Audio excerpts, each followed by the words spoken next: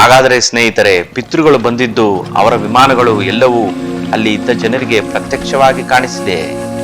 ಈ ಪವಾಡವನ್ನು ನೋಡಿದ ಮೇಲೆಯೂ ಅಲ್ಲಿದ್ದ ಬ್ರಾಹ್ಮಣರು, ಜ್ಞಾನದೇವರು ಮತ್ತು ಅವರ ತಂದೆ ವಿಠೋಬ ಅವರ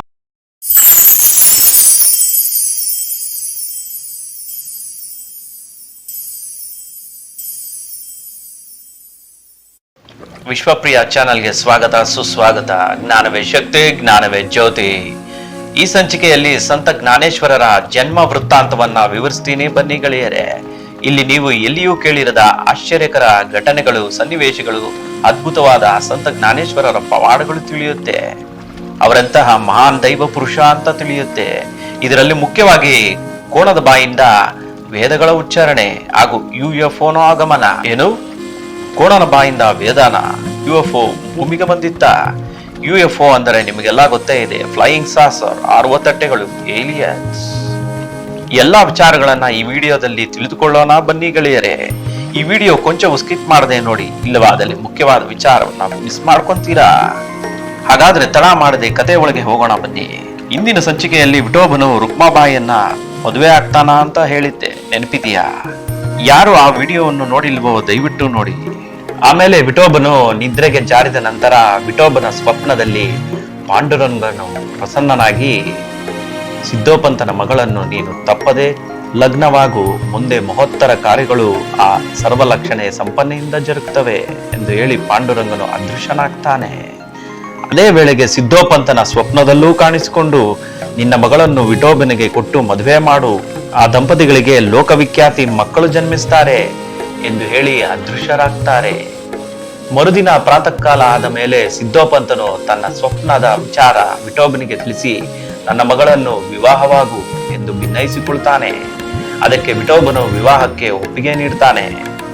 ಈ ಕಡೆ ಸಿದ್ದೋಪಂತ ವಿವಾಹಕ್ಕೆ ಬೇಕಾದ ಎಲ್ಲಾ ಸಿದ್ಧತೆಗಳನ್ನ ಮಾಡಿಕೊಂಡು ಮಂಗಳಗೀತ ವಾದ್ಯಗಳೊಂದಿಗೆ ತನ್ನ ಮಗಳು ರುಕ್ಮಾಬಾಯಿಯನ್ನು ಕೊಟ್ಟು ಮದುವೆ ಮಾಡ್ತಾನೆ. ವಿಠೋಬ ಮಹಾರಾಜರು ತನ್ನ ಮಾವನ ಮನೆಯಲ್ಲಿ 4-6 ದಿನ ಇದ್ದು ನಂತರ ತನ್ನ ತಂದೆ ತಾಯಿಯನ್ನು ನೋಡಬೇಕೆಂಬ ಬಯಕೆಯಿಂದ ತನ್ನ ಈ ವಿಚಾರವನ್ನು ಮಾವನಿಗೆ ತಿಳಿಸಿದಾಗ, ಸಿದ್ದೋಪಂತನು ತನ್ನ ಮಿತ್ರ ಪರಿವಾರದೊಂದಿಗೆ ನವದಂಪತಿಗಳನ್ನ ಕರೆದುಕೊಂಡು ಆಪಗ್ರಾಮಕ್ಕೆ ಹೊರಡ್ತಾರೆ. ಅವರ ತಂದೆ ತಾಯಿಯರು ಮಗನನ್ನು ನೋಡಿ ಆನಂದಭರಿತರಾಗ್ತಾರೆ. ನವದಂಪತಿಗಳಿಗೆ ಆಶೀರ್ವಾದ ಕೂಡ ಮಾಡ್ತಾರೆ. ಆಗ ಅವರ ಮಾವನಾದ ಸಿದ್ದೋಪಂತನು ಪಾಂಡುರಂಗನ ಆಜ್ಞೆಯಿಂದಲೇ ವಿಠೋಬನ ವಿವಾಹವಾಯಿತೆಂದು ಅವರ ತಂದೆ ತಾಯಿಗೆ ತಿಳಿಸ್ತಾರೆ. ಹೀಗೆ ವಿಠೋಬನು ಸುಖ ಸಂಸಾರದಲ್ಲಿ ಕಾಲ ಕಳೆಯುತ್ತಿರಬೇಕಾದರೆ ಒಂದು ದಿವಸ ಅವರ ಮಾತಾಪಿತೃಗಳು ಇಹಲೋಕವನ್ನ ತ್ಯಜಿಸ್ತಾರೆ. ಈ ವಿಚಾರ ಅವರ ಮಾವನಿಗೆ ತಿಳಿದು ತನ್ನ ಅಳಿಯ ಮತ್ತು ಮಗಳನ್ನ ಅವರ ಗ್ರಾಮಕ್ಕೆ ಕರೆದೊಯ್ಯುತ್ತಾರೆ. ರುಕ್ಮಾಬಾಯಿಯವರು ಪತಿ ಸೇವೆಯಲ್ಲಿ ನಿರತಳಾಗಿ ಆತನಿಗೆ ಕೊಂಚವೂ ಬೇಜಾರಾಗದಂತೆ ನೋಡ್ಕೊಳ್ತಾ ಇರ್ತಾರೆ. ಆದರೆ ವಿಠೋಬನ ಮನಸ್ಸು ವೈರಾಗ್ಯದ ಕಡೆಗೆ ಇರುತ್ತೆ. ಆಗಾಗ ರುಕ್ಮಾಬಾಯಿಯನ್ನ ತಾನು ಸನ್ಯಾಸಾಶ್ರಮಕ್ಕೆ ಹೋಗಲು ಸಮ್ಮತಿ ಕೇಳ್ತಾ ಇರ್ತಾರೆ. ಹೀಗೆ ಒಂದಿನ ರುಕ್ಮಾಬಾಯಿ ಅನಾರೋಗ್ಯಕ್ಕೆ ಒಳಗಾಗಿ ಹಾಸಿಗೆ ಹಿಡಿತಾರೆ. ಆಗ ವಿಠೋಬನ ಬಂದು, ಸುಧತಿ, ನನಗೆ ಇವಾಗಲಾದರೂ ಸನ್ಯಾಸಕ್ಕೆ ಅಪ್ಪಣೆ ಕೊಡುತ್ತೀಯಾ ಎಂದು ಕೇಳಿದಾಗ ರುಕ್ಮಾಬಾಯಿ ಅಸ್ವಸ್ಥೆಯ ಮೂಲಕ ದಿಗ್ಭ್ರಾಂತರಾದ ಕಾರಣ ಒಳ್ಳೆಯದು ಅಂತ ಸೂಚಿಸ್ತಾರೆ. ಆ ಕೂಡಲೇ ವಿಠೋಬನು ಮನೆಯಿಂದ ಹೊರಗೆ ಬಂದ್ಬಿಡ್ತಾನೆ. ರುಕ್ಮಾಬಾಯಿಯು ನಿದ್ರೆಯಿಂದ ಎಚ್ಚೆತ್ತು ತನ್ನ ಪತಿಯನ್ನು ಕಾಣದೆ ವ್ಯಾಕುಲಗೊಂಡು, ಅರನಿದ್ರೆಯಿಂದ ತನ್ನ ಸಮ್ಮತಿ ಪಡೆದಿದ್ದನ್ನು ನೆನೆಸಿಕೊಂಡು ಎಂಥ ಕೆಲಸ ಆಯ್ತಲ್ಲ ಅಂತ ಗಾಬರಿಗೊಂಡು ಈ ವಿಷಯವನ್ನ ತನ್ನ ತಂದೆಗೆ ಹೇಳುತ್ತಾರೆ. ಆಗ ಅವರ ತಂದೆ ಗಾಬರಿಗೊಳಗಾಗಿ ಎಲ್ಲಾ ಕಡೆಯೂ ತನ್ನ ಅಳಿಯನನ್ನ ಹುಡುಕಿಸ್ತಾನೆ. ಎಲ್ಲಿಯೂ ಅವನ ವಿಷಯ ತಿಳಿದೇ ಹೋದಾಗ ಈ ಕಷ್ಟವನ್ನು ಪರಿಹರಿಸತಕ್ಕವನು ಪಾಂಡುರಂಗನೊಬ್ಬನೇ ಅಂತ ತಿಳಿದು ಚಕ್ರತೀರ್ಥದಲ್ಲಿ ಇರುವ ಅಶ್ವತ್ ವೃಕ್ಷಕ್ಕೆ ಪ್ರದಕ್ಷಿಣೆ ಮಾಡುತ್ತಾ ಅಶ್ವತ್ಥನಾರಾಯಣ ರೂಪಿಯಾದ ಪಾಂಡುರಂಗನನ್ನ ಧ್ಯಾನಿಸುತ್ತಾ ರುಕ್ಮಾಬಾಯಿಯವರು ಇರ್ತಾರೆ. ಹೀಗೆ ಕೆಲ ದಿನ ಕಳೀತಾ ಇರಬೇಕಾದ್ರೆ ಒಂದು ದಿನ ಸಂಚಾರಿಗಳು ಅಲ್ಕಾಪುರಿಗೆ ಬಂದು ಸಿದ್ದೋಪಂತನ ಮನೆಯಲ್ಲಿ ಭೋಜನ ಮಾಡ್ತಾ ಇರಬೇಕಾದ್ರೆ ಮಾತಿಗೆ ಮಾತು ಹೊರಟು ವಿಠೋಬನೆಂಬುವನು ಕಾಶಿಯಲ್ಲಿ ಸನ್ಯಾಸಿ ಆದನೆಂದು ಆ ಸಂಚಾರಿಗಳು ಹೇಳ್ತಾರೆ. ಆಗ ರುಕ್ಮಾಬಾಯಿಯು ತನ್ನ ಪತಿಯು ಎಲ್ಲಿಯೇ ಆಗಲಿ ಜೀವಂತವಾಗಿದ್ದಾನಲ್ಲ ಎಂದು ಸಂತೋಷಗೊಂಡು ಹೇಗಾದರೂ ಮಾಡಿ ಆತನನ್ನು ಕರೆತರಬೇಕೆಂದು ತಂದೆಗೆ ಭಿನ್ನಯಿಸಿಕೊಳ್ತಾರೆ. ಈ ವಿಚಾರ ಹೀಗಿರ್ಬೇಕಾದ್ರೆ ಮನೆ ಬಿಟ್ಟು ತೆರಳಿದ ವಿಠೋಬ ಕಾಶಿಗೆ ಹೋಗಿ ಅಲ್ಲಿ ಗುರುಸೇವಾ ಶಕ್ತನಾಗಿ ಆಧ್ಯಾತ್ಮ ಸಾಧನೆಗಾಗಿ ಪ್ರಯತ್ನ ಪೂರ್ವಕವಾಗಿ ಚಿಂತಿಸ್ತಾ ಇರ್ತಾನೆ. ಶ್ರೀಪಾದ ಸ್ವಾಮಿಗಳು ದೇಶಾಟನೆಗಾಗಿ ಹೊರಟು ಅನೇಕ ತೀರ್ಥ ಕ್ಷೇತ್ರಗಳನ್ನು ಸಂದರ್ಶಿಸುತ್ತಾ ಅಲಕಾವತಿಗೆ ಬಂದು ಚಕ್ರತೀರ್ಥದಲ್ಲಿ ಸ್ನಾನ ಮಾಡಬೇಕಾದರೆ ಅಶ್ವತ್ಥಕಟ್ಟೆಯಲ್ಲಿ ಕುಳಿತು ಧ್ಯಾನ ಯೋಗದಲ್ಲಿ ಮಗ್ನರಾಗಿರ್ತಾರೆ. ನಿತ್ಯದಂತೆ ರುಕ್ಮಾಬಾಯಿ ಪೂಜಾ ಸಾಮಾನುಗಳೊಂದಿಗೆ ಅಶ್ವತ್ಥಕಟ್ಟೆಗೆ ಬಂದು ಅಶ್ವತ್ಥನಾರಾಯಣ ಪೂಜಾ ಪ್ರದಕ್ಷಿಣೆಗಳನ್ನ ಮಾಡಿ ಹಿಂತಿರುಗಬೇಕಾದ್ರೆ ಅಲ್ಲಿ ಧ್ಯಾನ ಯೋಗದಲ್ಲಿ ಕುಳಿತಿದ್ದ ಶ್ರೀಪಾದ ಸ್ವಾಮಿಗಳನ್ನ ಕಂಡು ಇವರ್ಯಾರೋ ಮಹಾನುಭಾವರೇ ಇರಬೇಕು ಅಂತ ಹೇಳಿ ಅಲ್ಲೇ ನಿಂತ್ಕೊಳ್ತಾರೆ. ಶ್ರೀಪಾದ ಸ್ವಾಮಿಗಳು ಧ್ಯಾನ ಯೋಗದಿಂದ ಬಹಿರ್ಮುಖರಾಗ್ತಾರೆ. ರುಕ್ಮಾಬಾಯಿ ಅವರ ಪಾದ ಸನ್ನಿಧಿಗೆ ನಮಸ್ಕರಿಸಿದಾಗ ಆಗ ಸ್ವಾಮಿಗಳು ರುಕ್ಮಾಬಾಯಿಯನ್ನು ಕುರಿತು, ಅಮ್ಮ ನಿನಗೆ ಮಂಗಳವಾಗಲಿ, ನೀನು 3 ಪುತ್ರರನ್ನು ಓರ್ವ ಪುತ್ರಿಯನ್ನು ಪಡೆದು ಸುಖಿಸಮ್ಮ ಅಂತ ಆಶೀರ್ವಾದ ಮಾಡ್ತಾರೆ. ಆದರೆ ಆ ಮಾತುಗಳು ರುಕ್ಮಾಬಾಯಿಗೆ ಸುಖ ದುಃಖ ಎರಡನ್ನೂ ಒಂದೇ ಕಾಲಕ್ಕೆ ಉಂಟು ಮಾಡುತ್ತೆ. ಅದರಿಂದ ಸ್ಥಗಿತರಾಗಿ ಅಲ್ಲೇ ನಿಂತ್ಕೊಂಡ್ಬಿಡ್ತಾರೆ. ಆಗ ಶ್ರೀಪಾದ ಸ್ವಾಮಿಗಳು ರುಕ್ಮಾಬಾಯಿಯನ್ನು ಕುರಿತು, ಏಕಮ್ಮ ನನ್ನ ಆಶೀರ್ವಾದವು ನಿನಗೆ ಹಿತಕರವಾಗಿಲ್ವಾ? ಆಗ ರುಕ್ಮಾಬಾಯಿಯು ಸವಿ ಸ್ವಭಾವದಿಂದ, ಪೂಜ್ಯರೇ, ತಮ್ಮಂತ ಮಹಾನುಭಾವರ ಪಾದಧೂಳಿಯನ್ನು ಶಿರಸಾವಹಿಸತಕ್ಕವಳಾದ ನಾನು ತಮ್ಮ ಮಾತುಗಳನ್ನು ಗೌರವಿಸದೆ ಅಲಕ್ಷಿಸತಕ್ಕವಳಲ್ಲ. ಆದರೆ ತಮ್ಮ ಅಮೋಘ ಆಶೀರ್ವಾದವು ಹತಭಾಗ್ಯಳಾದ ನನ್ನ ವಿಚಾರದಲ್ಲಿ ನಿರರ್ಥಕವಾಯಿತಲ್ಲ ಅಂತ ಚಿಂತಿಸ್ತಾ ಇದ್ದೀನಿ ಸ್ವಾಮಿ.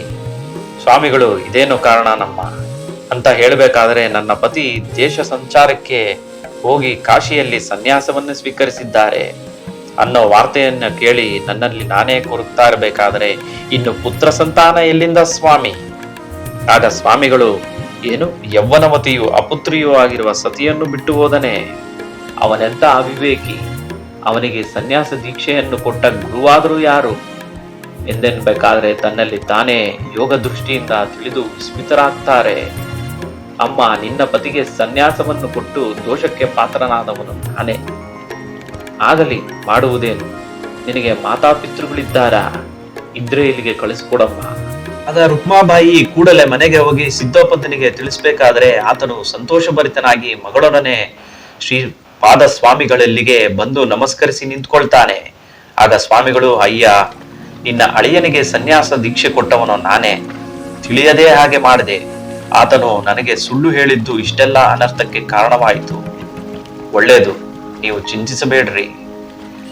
ನೀವು ನನ್ನೊಡನೆ ಕಾಶಿ ಕ್ಷೇತ್ರಕ್ಕೆ ಬನ್ನಿರೆಂದು ತಮ್ಮೊಡನೆ ತಂದೆಯ ಮಗಳನ್ನು ಕರೆದುಕೊಂಡು ಕಾಶಿಯಲ್ಲಿದ್ದ ತಮ್ಮ ಮಠಕ್ಕೆ ಮುಟ್ತಾರೆ. ವಿಠೋಬನಿಗೆ ತಾವಿಟ್ಟ ಹೆಸರಾದ ಚೈತನ್ಯ ಎಂದು ಕೂಗಲಾಗಿ ಆತನು ಬಂದು ಗುರುಗಳಿಗೆ ನಮಸ್ಕರಿಸಿ ನಿಂತ್ಕೊಳ್ಬೇಕಾದ್ರೆ ಆಗ ಸ್ವಾಮಿಗಳು, ಎಲೈ, ನೀನು ನನ್ನೆದುರು ಏನ್ ಹೇಳಿದೀಯ? ಸಂಸಾರ ಸಂಬಂಧವಿಲ್ಲ, ತಾಯಿ ತಂದೆಗಳಿಲ್ಲ, ಮಕ್ಕಳು ಮರಿಗಳಿಲ್ಲ ಅಂತ ಹೇಳಿದೆಯಲ್ಲ, ಅದು ಸತ್ಯನಾ? ಈಕೆ ಯಾರು ಎಂದು ರುಕ್ಮಾಬಾಯಿಯನ್ನು ತೋರಿಸಿ ಕೇಳಬೇಕಾದ್ರೆ ವಿಠೋಬನು ಭಯಭೀತನಾಗಿ, ಸ್ವಾಮಿ, ಸನ್ಯಾಸವನ್ನು ಸ್ವೀಕರಿಸಬೇಕೆಂಬ ತುಂಬಿದ ಆಶೆಯಿಂದ ತಮ್ಮೆದುರು ಹಾಗೆ ಹೇಳಿದೆ ಹೊರತು ಬೇರೆಲ್ಲ, ಕ್ಷಮಿಸಬೇಕು ಸ್ವಾಮಿ. ಆಗ ಸ್ವಾಮಿ, ನೀನು ಈ ರೀತಿ ಸುಳ್ಳಾಡಬಾರ್ದಾಗಿತ್ತು. ಆಗಲಿ, ಈಗ ನೀನು ನನ್ನಾಜ್ಞೆಯಂತೆ ನಡಿಬೇಕು, ಅದು ನಿನ್ನ ಕರ್ತವ್ಯ. ನೀನು ಏನನ್ನೂ ವಿಚಾರ ಮಾಡದೆ ಈ ಸಾಧ್ವಿಯೊಡನೆ ಗೃಹಸ್ಥ ಧರ್ಮದಲ್ಲಿ ನಿರತನಾಗು. ನಿನ್ನಿಂದ ಅನೇಕ ಮಹತ್ವದ ಕಾರ್ಯಗಳು ಘಟಿಸಬೇಕಾಗಿದೆ, ಲೋಕವಿಖ್ಯಾತಿಯನ್ನು ಪಡೆಯುವಿ ಎಂತ ಆಶೀರ್ವಾದ ಮಾಡಿ ರುಕ್ಮಾಬಾಯಿಯೊಡನೆ ಅಲಕಾವತಿಗೆ ಕಳಿಸಿಕೊಡ್ತಾರೆ. ವಿಠೋಬನು ಗುರುಗಳ ಆಜ್ಞೆಯನ್ನು ಶಿರಸಾವಹಿಸಿ ಮಾವ ಸತಿ ಎರಡನೇ ಅಲಕಾವತಿಗೆ ಬಂದು ಗೃಹಸ್ಥಾಶ್ರಮದಲ್ಲಿ ಇದ್ದುಕೊಂಡೇ ಆತ್ಮಾನುಸಂಧಾನದಲ್ಲಿ ನಿರತನಾಗಿರ್ತಾನೆ. ಹೀಗೆ ವಿಠೋಬನು ಗೃಹಸ್ಥಾಶ್ರಮವನ್ನು ತೊರೆದು ಹೋಗಿ ಸನ್ಯಾಸಾಶ್ರಮವನ್ನು ಸ್ವೀಕರಿಸಿ ಕೆಲವು ದಿನಗಳ ನಂತರ ಪುನಃ ಬಂದು ಗೃಹಸ್ಥಾಶ್ರಮವನ್ನು ಸ್ವೀಕರಿಸಿದ್ದರಿಂದ ಪುರಜನರಿಗೆ ಇದು ಇಷ್ಟವಾಗಲಿಲ್ಲ. ಇವನ ಧರ್ಮಬಾಹಿರ ಅಂತ ದೂಷಿಸ್ತಾರೆ. ಈ ರೀತಿ ದೂಷಣೆ ಅಧಿಕವಾಗಿ ಕೊನೆಗೆ ಆತನನ್ನ ಕುಲದಿಂದ ಬಹಿಷ್ಕರಿಸಬೇಕೆಂದು ನಿರ್ಧರಿಸುತ್ತಾರೆ. ವಿಠೋಬನು ತನಗಾಗಿ ವೃದ್ಧರಾದ ಅತ್ತೆ ಮಾವಂದಿರು ಸ್ವಕುಲದವರ ಸಿಟ್ಟಿಗೆ ಸಿಲುಕಬಾರದೆಂದು ಅಂದುಕೊಂಡು ತಾನೊಬ್ಬನೇ ಕಾಡಿಗೆ ತೆರಳುತ್ತಾನೆ. ರುಕ್ಮಾಬಾಯಿ ದಿನಾಲು ಮನೆಯಿಂದ ಅನ್ನೋದಗಳನ್ನು ಹೊಯ್ದು ಆತನ ಸೇವೆ ಮಾಡಿ ಬರ್ತಾ ಇರ್ತಾರೆ. ಹೀಗೆ ಕೆಲ ದಿನ ಕಳಿಬೇಕಾದ್ರೆ ರುಕ್ಮಾಬಾಯಿ ಗರ್ಭವತಿ ಆಗ್ತಾರೆ. ಒಂದು ಶುಭ ಮುಹೂರ್ತದಲ್ಲಿ 3 ಪುತ್ರರನ್ನು ಪಡಿತಾರೆ. ದಂಪತಿಗಳು ಅತ್ಯಂತ ಸಂತೋಷದಿಂದ ಶಿಶುಗಳನ್ನು ಎತ್ತಿ ಮುದ್ದಾಡ್ತಾ ಇರಬೇಕಾದ್ರೆ ದೈವಾಂಶ ಸಂಭೂತರಾದ ಈ ಶಿಶುಗಳಿಗೆ ಸೋಪಾನ ದೇವ, ಜ್ಞಾನದೇವ, ನಿರ್ವತಿ ದೇವ, ಮುಕ್ತಾಬಾಯಿ ಅಂತ ನಾಮಕರಣ ಮಾಡ್ತಾರೆ. ಸಿದ್ದೋಪಂತ ಮೊಮ್ಮಕ್ಕಳನ್ನ ಕಂಡು ಅತ್ಯಾನಂದ ಭರಿತನಾಗಿ ಅವರನ್ನು ಬಿಟ್ಟಿರಲಾರದೆ ಅಳಿಯನನ್ನು ಮಗಳನ್ನು ಸಮಾಧಾನ ಪಡಿಸಿ ಮೊಮ್ಮಕ್ಕಳನ್ನ ಮನೆಗೆ ಕರೆದುಕೊಂಡು ಬರ್ತಾನೆ. ಹೀಗಾಗ್ಬೇಕಾದ್ರೆ ಒಂದಿನ ಆ ನಗರದಲ್ಲಿ ಅನ್ನ ಸಂತರ್ಪಣೆ ನಡೀತಾ ಇರುತ್ತೆ. ಅಲ್ಲಿದ್ದ ಬ್ರಾಹ್ಮಣರು ಕೆಲವರು ಸಿದ್ದೋಪಂತನ ಮೊಮ್ಮಕ್ಕಳನ್ನು ಕಂಡು ಅಸೂಯೆಗೊಳ್ತಾರೆ. ಕುಲಭ್ರಷ್ಟನಾದ ಈ ಮಕ್ಕಳು ಈ ಪಂಕ್ತಿಗೆ ಸೇರಿಸಿಕೊಳ್ಳಬಾರದು. ಆಗ ಸಿದ್ದೋಪಂತನಿಗೂ ಅವರಿಗೂ ಮಾತುಕತೆಗಳು ನಡೆದು ಕೆಲ ದುಷ್ಟರು ಆ ಮುದುಕನನ್ನ ಒಡೆದು ನೆಲಕ್ಕೆ ಕೆಡವುತ್ತಾರೆ. ಪೆಟ್ಟು ತಿಂದವರೆಲ್ಲರೂ ಒಟ್ಟುಗೂಡಿ ಆ ನಗರ ರಾಜನಲ್ಲಿ ಮೊರೆ ಇಡ್ತಾರೆ. ರಾಜನು ಜ್ಞಾನ ದೇವಾದಿಗಳನ್ನು ಕರೆಸಿಕೊಂಡು ವಿಚಾರಿಸ್ತಾ ಇರ್ಬೇಕಾದ್ರೆ ರಾಜೇಂದ್ರನ ಎದುರು ನಿಲ್ತಾನೆ. ಪ್ರಭು, ನಮ್ಮ ತಂದೆ ಪರಮಸಾಧು, ಗುರುಮುಖವಾಗಿ ಆತ್ಮವಿದ್ಯೆಯನ್ನು ಪಡೆದ ಬ್ರಹ್ಮಜ್ಞಾನಿ. ಯಾರು ನಮ್ಮ ತಂದೆಗೆ ಪರಮೋಪದೇಶವನ್ನು ಮಾಡಿದ್ದಾರೋ ಅವರೇ ನಮ್ಮ ಜನಕನಿಗೆ ಗೃಹಸ್ಥಾಶ್ರಮವನ್ನು ಇರಿಸಬೇಕೆಂದು ಆಜ್ಞೆ ಮಾಡಿರ್ತಾರೆ. ಗುರುವಿನ ಆಜ್ಞೆಯಂತೆ ನಮ್ಮ ತಂದೆ ಪಾಲಿಸ್ತಾ ಇದ್ದಾರೆ. ಪಕ್ಷಪಾತ, ದ್ವೇಷ, ಅಸೂಯೆ, ಆತ್ಮಸ್ತುತಿ ಮಾಡಿಕೊಳ್ಳತಕ್ಕ ವಚನಗಳನ್ನು ವೇದವಾಣಿಯು ಎಂದೂ ಗೌರವಿಸಲ್ಲ. ಹೀಗಿರುವಾಗ ನಮ್ಮ ತಂದೆ ವೃಥಾ ದೂಷಿಸುತ್ತಾ ವೃದ್ಧನಾದ ನಮ್ಮ ಅಜ್ಜನನ್ನು ಒಡೆದು ಕೆಡವಿ ನಮ್ಮನ್ನು ಒಡೆಯಲು ಬಂದು ಅನೇಕ ಕಷ್ಟ ನಷ್ಟಗಳಿಗೆ ಗುರಿ ಮಾಡಿ ಪುನಃ ಅವರೇ ತಮ್ಮಲ್ಲಿ ದೂರಿಕೊಳ್ಳುವರು ನ್ಯಾಯವೇ? ಇವೆಲ್ಲವನ್ನ ದೇವದೃಷ್ಟಿಯಿಂದ ಪರ್ಯಾಲೋಚಿಸಿ ನ್ಯಾಯದಾನ ನೀವು ಮಾಡಬೇಕು ಅಂತ ವಿನಯಿಸಿಕೊಳ್ತಾನೆ.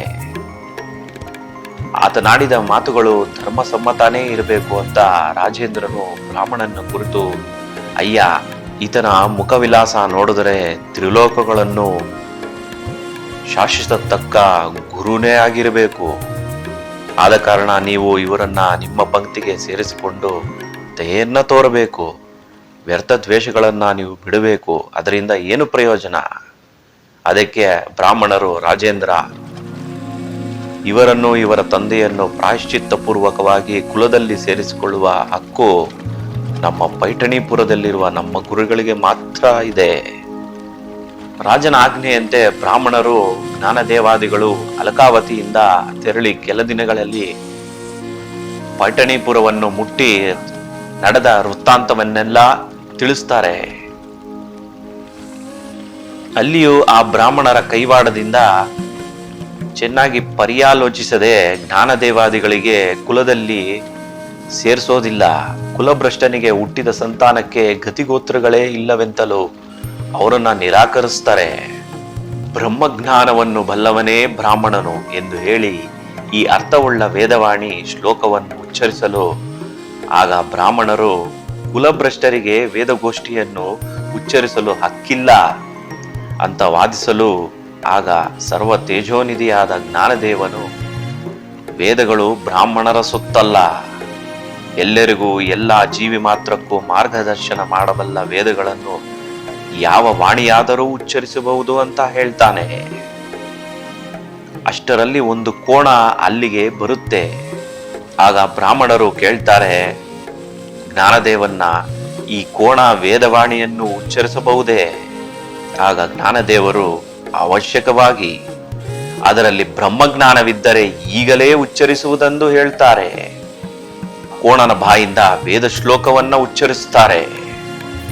ಓಂ ಗಣಾನಾಂ ತ್ವಾ ಗಣಪತಿಗುಂ ಹವಾಮಹೇ ಕವಿಂ ಕವಿನಾಮುಪಮಶ್ರವಸ್ತಮಂ ಜ್ಯೇಷ್ಠರಾಜಂ ಬ್ರಹ್ಮಣಸ್ಪತ ಶೃಣ್ವನ್ನೋತಿಭಿಃ ಸೀದಸಾದನಂ ಮಹಾಗಣಪತಯೇ ನಮಃ.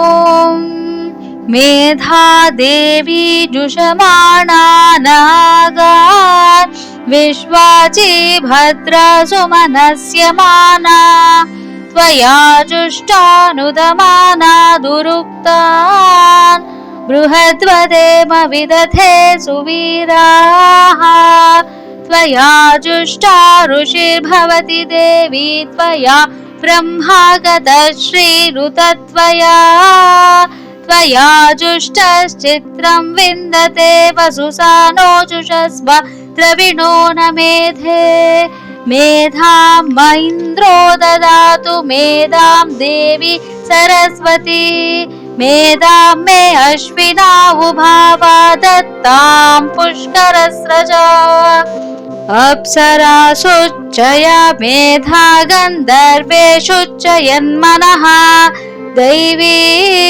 मेधा सरस्वती समा मेधा सुरभिर्जुषताक् स्वाहा आमां मेधा सुरभिर्विश्वरूपा हिरण्यवर्णा जगति जगम्या ऊर्जस्वती पयसा पिन्वमाना सा मां मेधा सुप्रतीका जुषन्ताम् मयि मेधां मयि प्रजां मय्यग्निस्तेजो ददातु मयि मेधां मयि प्रजां मयि इन्द्र इन्द्रियं ददातु मयि मेधां मयि प्रजां मयि सूर्यो ब्राजो ददातु ॐ शान्ति शान्ति शान्तिः ಆದಾಗ್ಯೂ ಅವರನ್ನ ನಂಬದೆ ಇದು ಮಾಯಾವಿದ್ಯೆನೇ ಇರಬೇಕು ಅಂತ ಅನುಮಾನ ಪಡ್ತಾನೇ ಇರ್ತಾರೆ. ಈಗಲೂ ಇಂಥ ಮಹಾಪುರುಷರು ನಮ್ಮೊಡನೆ ಇದ್ದಾರೆಯೇ? ಇದ್ದರೂ ಅವರ ದರ್ಶನ ದುರ್ಲಭ. ಪೈಠಣಿಪುರದಲ್ಲಿ ನಾಮದೇವಾದಿಗಳು ಒಬ್ಬ ಬ್ರಾಹ್ಮಣನ ಮನೆಯಲ್ಲಿ ಉಳಿದಿರ್ತಾರೆ. ಆ ಮನೆಯ ಯಜಮಾನನ ಶ್ರಾದ್ದವು ಮರುದಿನವೇ ಇರುತ್ತೆ. ಆ ದಿನ ಶ್ರಾದ್ದ ಭೋಕ್ತರಾಗಿ ಬರಬೇಕಿದ್ದ ಬ್ರಾಹ್ಮಣರು ಕುಲಭ್ರಷ್ಟರಿಗೆ ಸ್ಥಳ ಕೊಟ್ಟನೆಂಬ ಕಾರಣದಿಂದ ಬರೋದಿಲ್ಲ ಅಂತ ಹಠ ಹಿಡಿತಾರೆ. ಈ ಸಮಾಚಾರ ಜ್ಞಾನದೇವನಿಗೆ ಯೋಗ ದೃಷ್ಟಿಯಿಂದ ತಿಳಿಯುತ್ತೆ. ಆ ಬ್ರಾಹ್ಮಣನಿಗೆ ಸಮಾಧಾನ ಮಾಡಿ ಹೀಗೆ ಹೇಳ್ತಾರೆ, ಬ್ರಾಹ್ಮಣರೇ, ಚಿಂತಿಸಬೇಡಿರಿ, ಎಲ್ಲವನ್ನು ನಾನು ನೋಡಿಕೊಳ್ತೇನೆ. ನೀವು ಶ್ರಾದ್ದಕ್ಕೆ ಬೇಕಾಗಿರೋ ಎಲ್ಲಾ ತಯಾರಿ ಮಾಡಿಕೊಳ್ಳಿ. ಆಗ ಆ ಬ್ರಾಹ್ಮಣ ಅಡುಗೆ ಇತ್ಯಾದಿ ಎಲ್ಲವೂ ತಯಾರಿಸಿ ಸಿದ್ಧರಿರುತ್ತಾರೆ. ಆಗ ದೈವಾಂಶ ಸಂಭೂತರಾದ ಜ್ಞಾನದೇವರು ಪಿತೃಲೋಕದಿಂದ ಪಿತೃದೇವತೆಗಳನ್ನು ಅಂತರಿಕ್ಷದ ಮೂಲಕ ಭೋಜನಕ್ಕೆ ಬರಮಾಡಿಸಿಕೊಂಡು ಅವರನ್ನ ತೃಪ್ತಿಪಡಿಸ್ತಾರೆ. ಆಗ ಪಿತೃದೇವತೆಗಳು ಬ್ರಾಹ್ಮಣನಿಗೆ ಆಶೀರ್ವದಿಸಿ ಪಿತೃಲೋಕಕ್ಕೆ ಅವರ ವಿಮಾನದಲ್ಲಿ ತೆರಳುತ್ತಾರೆ. ವಿಜ್ಞಾನದ ಸಂಶೋಧನೆಯ ಪ್ರಕಾರ ಈಗ ನಾವು ಕರೆಯುವ ಫ್ಲೈಯಿಂಗ್ ಸಾಸರ್, ಹಾರುವ ತಟ್ಟೆ, UFO ಇವೆಲ್ಲವೂ ನಮ್ಮ ದೇವತೆಗಳ ವಾಹನಗಳೇ. ಈಗಲೂ ನಾಸಾ ಸೇರಿದಂತೆ ಇತರ ವಿಜ್ಞಾನ ಸಂಸ್ಥೆಗಳು ಕಂಡು ಹಿಡಿಯೋದಕ್ಕೆ ಹರಸಾಹಸ ಪಡ್ತಾ ಇದ್ದಾರೆ. ಹಾಗಾದರೆ ನಮ್ಮ ಪುರಾಣ ಗ್ರಂಥಗಳಲ್ಲಿ ಉಲ್ಲೇಖಿಸಿದ ಹಾಗೆ ಇನ್ನು ಇಂತಹ ವಿಮಾನಗಳು ಸಾಕಷ್ಟು ಇದೆ. ಒಂದೊಂದು ವಿಮಾನಕ್ಕೂ ಒಂದೊಂದು ಹೆಸರಿದೆ. ಈ UFO ಬಗ್ಗೆ ನಮ್ಮ ಪುರಾಣದಲ್ಲಿ ಏನು ಉಲ್ಲೇಖ ಇದೆ ಅಂತ ನನ್ನ ಇನ್ನೊಂದು ವಿಡಿಯೋದಲ್ಲಿ ತಿಳಿಸ್ತೀನಿ. ಈಗ ಕತೆಗೆ ಹೋಗೋಣ. ಈ ವಿಚಿತ್ರವನ್ನು ನೋಡುತ್ತಿದ್ದ ಬ್ರಾಹ್ಮಣರು, ಗುರುಗಳು ಭಯಭ್ರಾಂತರಾಗಿ ನಿಬ್ಬೆರಗಾಗಿ ನೋಡ್ತಾ ಇರ್ತಾರೆ. ಹಾಗಾದರೆ ಸ್ನೇಹಿತರೆ, ಪಿತೃಗಳು ಬಂದಿದ್ದು ಅವರ ವಿಮಾನಗಳು ಎಲ್ಲವೂ ಅಲ್ಲಿ ಇದ್ದ ಜನರಿಗೆ ಪ್ರತ್ಯಕ್ಷವಾಗಿ ಕಾಣಿಸಿದೆ. ಈ ಪವಾಡವನ್ನು ನೋಡಿದ ಮೇಲೆಯೂ ಅಲ್ಲಿದ್ದ ಬ್ರಾಹ್ಮಣರು ಜ್ಞಾನದೇವರು ಮತ್ತು ಅವರ ತಂದೆ ವಿಠೋಬ ಅವರ ಪರಿವಾರವನ್ನು ಕುಲಕ್ಕೆ ಸೇರಿಸ್ಕೊಳ್ತಾರ? ನೋಡೋಣ ಮುಂದಿನ ವಿಡಿಯೋದಲ್ಲಿ. ನೋಡ್ತೀರಲ್ವಾ? ಅಲ್ಲಿಯವರೆಗೂ ಈ ವಿಶ್ವನ ಧಾಯ.